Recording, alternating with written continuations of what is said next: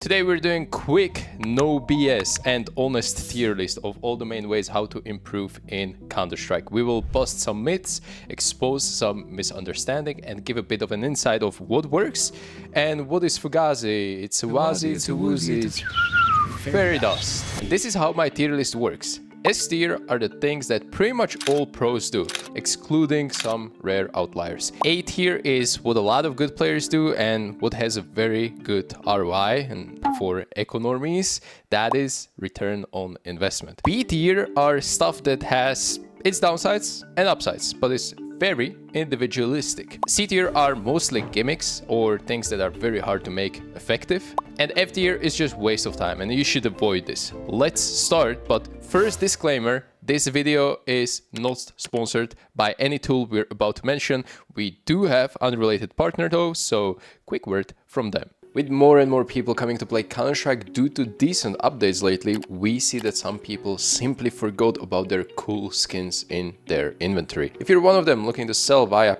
person to person, or you simply want to snatch something cool to upgrade your loadout, look no further. Because there's ShadowPay, which is actually a solid place to buy, sell, or trade skins, but most importantly, the whole process is quick and trivial.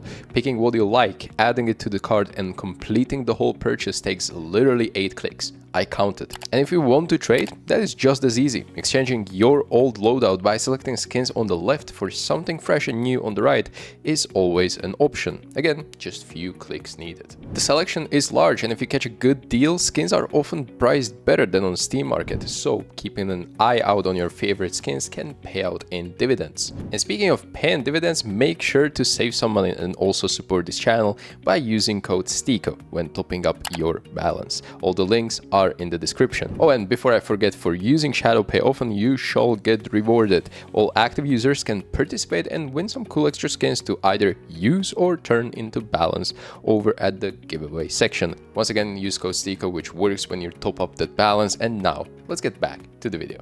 Alright, first up is that we have watching your own in-game demos. Or demos, I'm not even sure how to pronounce it correctly. It is good to work on your weaknesses, helps you build up consistency. It is tedious process, very boring. A lot of people waste 30 minutes on every demo over analyzing stuff that don't essentially matter. You should be able to focus on specific 1 or 2 things and skim through the demo within 10 minutes maximum. But you know, not skilled players are usually unable to do it, so it turns into a waste of time. And let me correct myself, it usually turns into less effective use of time. This might be already a hot take, but this one goes into C tier. Next up is watching in-game demos of pro players, or generally way better players than you are. Now, I do believe that watching these is good for a different reason than your own demos. This is great to build your strengths instead. Kind of get inspired by what better players do and try to copy it. You don't need to fully understand it yet, but by doing, you will come to your own conclusions. So I put this into a B tier. It's good, but again, there are so many nuances that can make it tedious. Many players again get overwhelmed by trying to copy too much and then hit a mental wall of not actually trying it in game. And the reason might differ. You sometimes copy aggressive opening, right? And you're unsure of the nade or the timing, but if you don't try and fail, you will improve at snail pace in a game like Counter-Strike. Of course, the best way would be to try first on empty server and simulate or visualize the situation, but we will get to that. Next, we have watching 2D demo viewers, and this is honestly like watching demos but on steroids. It is faster, more effective, and you can better understand the overview of what is happening everywhere. With this method, you study so-called macro gameplay, which is rotations, strategies, defaults, or utility usage. All of these would be very tedious to look for through a demo. This is what pretty much every serious professional or semi-pro uses on almost daily basis, either to work on his own game or try to analyze others playing similar position. Let me put it this way. If a pro player dedicates 10 hours a day to CS, probably 1.5 hours of that is spent on Skybox. And as players climb into tier 1, they realize that they need to spend like 15% of their time doing this. That is why I put this easily into S tier. At the highest tier of Counter-Strike, everyone seemed to love Skybox, and while it is an absolute goldmine, you will also have to pay for it. And there are free alternatives to this, such as Noesis or CS2 Lens. And if you wonder how I used to use 2D demo viewers to help me when I was competing, I made detailed, almost hour-long video here. Click it, check it, but first finish this video. And speaking about 2D demo viewers, you can also use Refrag for it, but it's just a byproduct in my opinion. Refrag's main purpose is putting every mechanical drill into one package like that. That is easy to use and simulates real game in a very real way, even though you're just essentially playing against bots. And because of this, I'm putting it into A tier. And the disclaimer is I have ongoing collab with Refrag. I put out content for their academy where we help develop players and improve them, but they are not sponsoring this video. As I said before, this is honest review and I would put them this high into tier list any day of the week.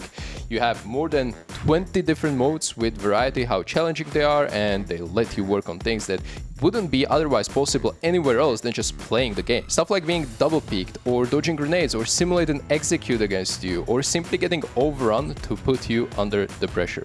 It is fun yet difficult. And the best part is that if you fail, you get to try again immediately. So we are simulating real match scenarios, artificially make them difficult and completely avoid downtime of you being dead, forced to spectate your teammates. So there is no wasted time. And the only downside is I feel like that this is a subscription-based service, but for its price, it is insanely worth it. And to tip the scales even further, just use my code STYKO for free trial. See how you like it. No commitment, just see for yourself. So next up, we have workshop maps, and they are okay for warm-up, but for an actual improvement, they're far too ineffective. Some maps like 5E Aim Hub are most likely close to an A tier, but there are so many terrible maps that it brings the average down, in my opinion, to like a C tier.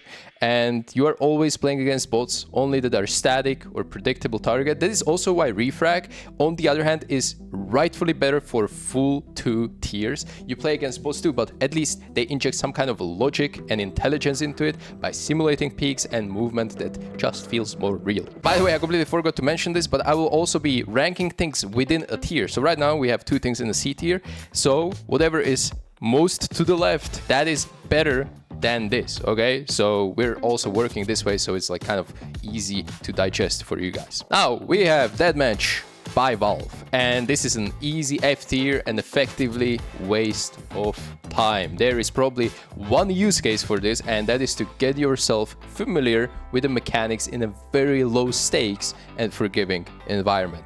Dying has no consequences, and this deathmatch is usually filled with very bad players or bots, so you actually have a chance to shoot and not get completely overwhelmed. And this is good introduction to Counter-Strike, but if you have a playtime of like few hundreds hours, do yourself a favor and opt for the next tool, which is Deathmatch again. But this one is a community servers, and as the Valve version of this is an easy F tier, this one is an easy S tier, okay? Now, where do I put it? Before 2D demo viewers or after that?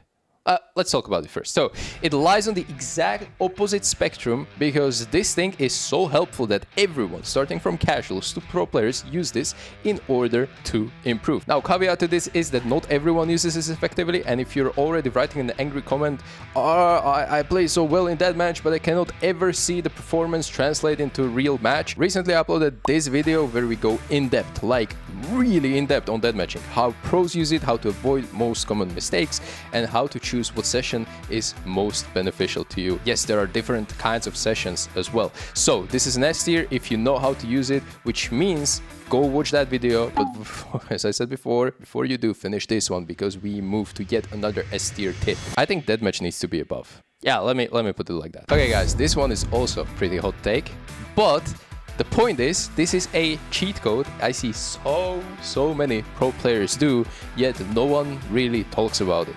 I don't even know how to label it, that's why it has this kind of crazy long name. This is like time spent on empty server, visualizing and theory crafting.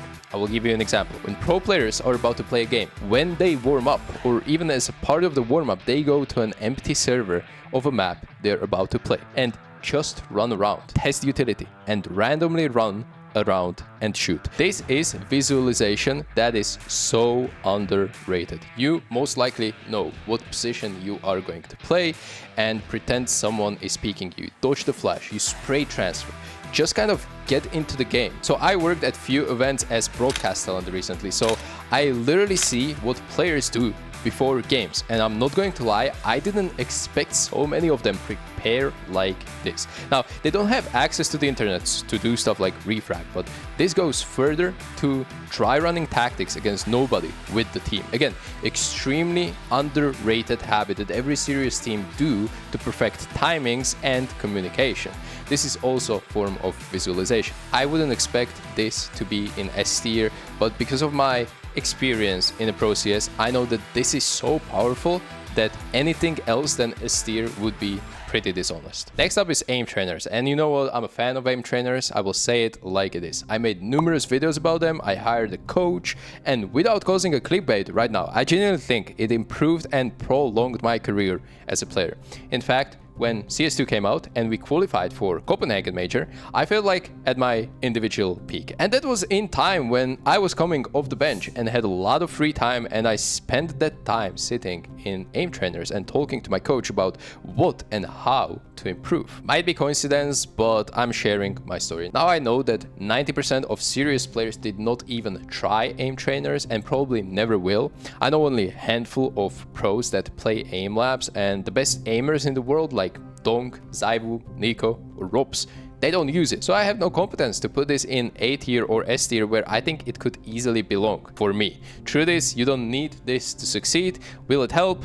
Yes, but you will likely notice only marginal improvements, which is exactly the point of this tier list. We are finding proven ways with good return on investment, and this one is very debatable. B tier for aim trainers. Next up is Faceit. Now, there is no player who made it into higher tiers without playing Faceit. Even those who actively avoid playing it right now essentially broke through on this platform. You must play in competitive environment to put everything you learn through other habits we mentioned in this video into actual practice. If you do not have the team, Faceit is the best option, and that's why it goes into an S tier. I would put it here. I can't? Hello?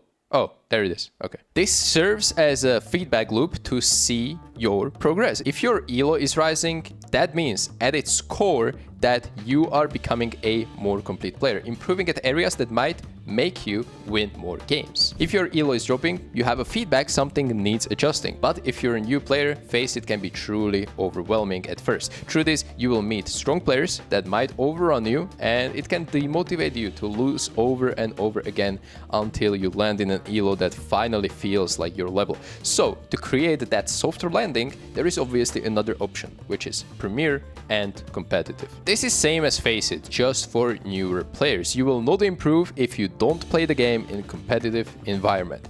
If you're new to the game, start with competitive. Get ranked like a DMG on 3 maps that you can play in Premier, then switch to Premier and do your best to land on those 3 maps you know. Grind Premier until you're like 20,000 rank or whatever Premier elo, and that's when you switch to Faceit. These numbers are arbitrary, I just made them up, but you get the point. This is stepping stone into Faceit, because as I said, if you jump into Faceit right away too early, you will get smashed. Players there are just way better. Any kind of habit that revolves around actual competitive gameplay is high on the list, so this one gets an A tier. But as you get better, it becomes completely overshadowed by Faceit. Remember that. Next, we have Retakes. In my opinion, Retakes really lost its spark to the point where this is just a gimmick, and I put it into C tier. And I actually think it could be an F tier as well. It's good to have fun with friends, but for improvements, it doesn't really bring so much. It aims to put you in this somewhat real after-planned situations, but in my opinion, people use this more like DM instead of real game simulation. And if you die, you don't instantly respawn, so this downtime spectating others is also fairly annoying. And by the way, Valve version of these retakes are terrible as expected, so if you really want to give this a try, do it on community servers. Now I feel like this one is fairly overrated. and I get it. People love it and there is a community around it. But for improvement, this is also mostly just a gimmick. I will put it like that above retakes. What I do have to say though, it is great fun to challenge your movement, but in reality, you won't realistically need to know how to do a 267, I'm not gonna do the meme, unit long jump in competitive game.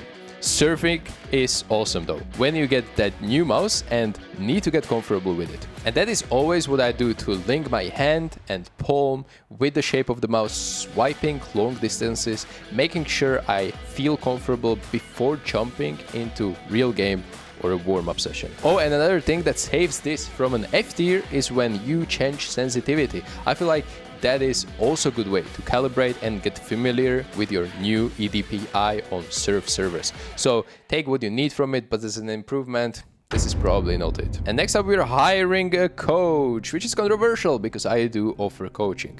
Honestly, there are so many creators or pro players that offer coaching lately.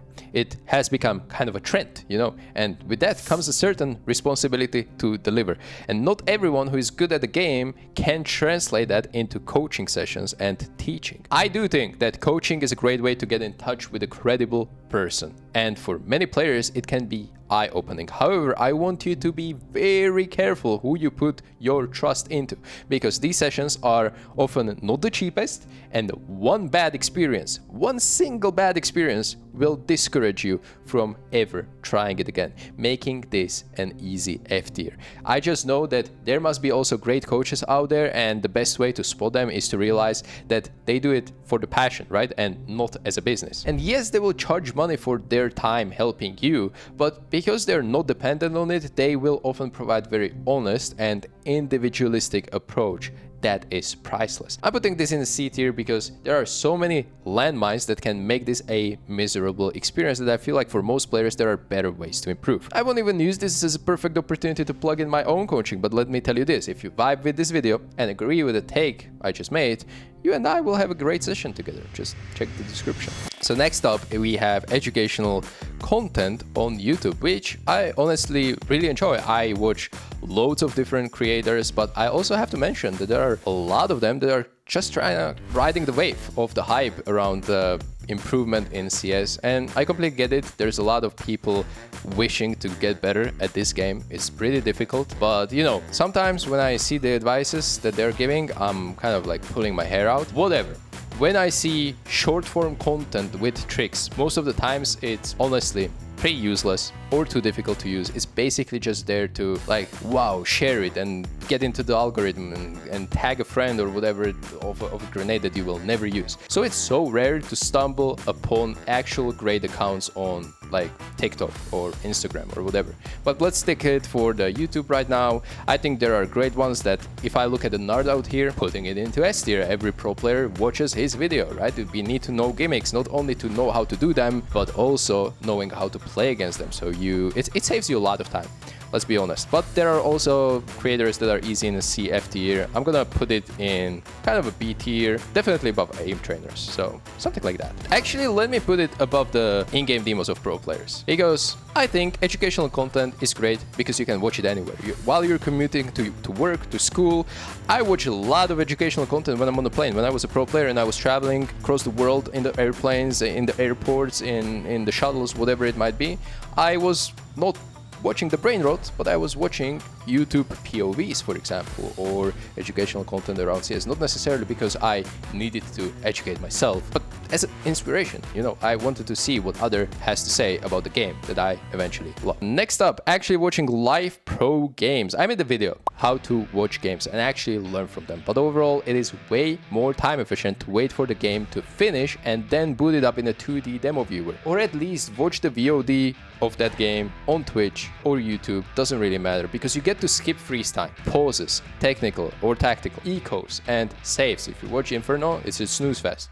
saving you considerable amount of time. This is why I very rarely watched live games. It was something, even for me, difficult to follow all the small things that I would definitely notice in the 2D demo viewer rewatch, and I would be way faster. And if you want to enjoy games, watching them live will create an emotion that rewatch will never create. ever. But if you want to learn and improve, that emotion can be a little bit too big of a factor when you focus on the wrong thing. And that is okay, you can watch mainly for entertainment, but when it comes to improving, this sits for me in a B tier. You know, it is difficult to extract value from the live games. But what about actually watching live streamers? Well, it is very similar. You might go ahead and watch some streamers or professionals play high elo Faceit, and I will put it in the same tier as previous method, but for a different reason. This presents a unique opportunity to actually talk to fairly good player and ask him question about the game. It is unthinkable that when Monesi or Nico streams, you can go ahead and ask them a question. I mean, the chance of them noticing it is fairly small, but maybe if you donate, you get to, for a moment, talk to one of the best players that ever touched this game, and he can give you a tip or advice. In most of the traditional sports, that is absolutely unthinkable. Why I put this in a B tier though is that finding these streamers that are good at the game and they read the chat and they're good at explaining is challenging. And then you need to somehow make them notice your question. But even without that, you get to enjoy good gameplay with occasional comments from the player that lets you see inside of his brain for a little bit. Why he does, what is he frustrated about, how he calls or how he communicates. It is often a great insight that you can learn from. So let me know if I forgot to talk about some tools that you deem useful, and I will try to reply to it and add it to this tier list with a brief explanation. But I think I covered most of the stuff anyway. Please share if you agree with me, disagree with me, to spark some discussion. I'm always open to that, but just keep it respectful, civil, because these kind of tier lists can get a bit personal, I get it, but the main vibe was the improvement, which is ultimately what this whole channel is all about. Oh, and if you like this video, you will probably like the one where I talk about ways how to improve specifically for your aim. And honestly, we use a lot of techniques that we mentioned in this video. So it feels like a nice transition, and I will see you there. Bye-bye. Shout out to you, all of my Patreons and Coffee members, for your continual support. It allows me to create more content like this. Your name is on the screen right now as a little token of appreciation. I used Coffee for years, where you can find extra content and perks at various tiers of membership, but due to popular demand, I set up Patreon too. Nothing changes, both platforms are treated equally, with same content, is just for your convenience to use whichever side you prefer. Thank you for making my videos better and possible.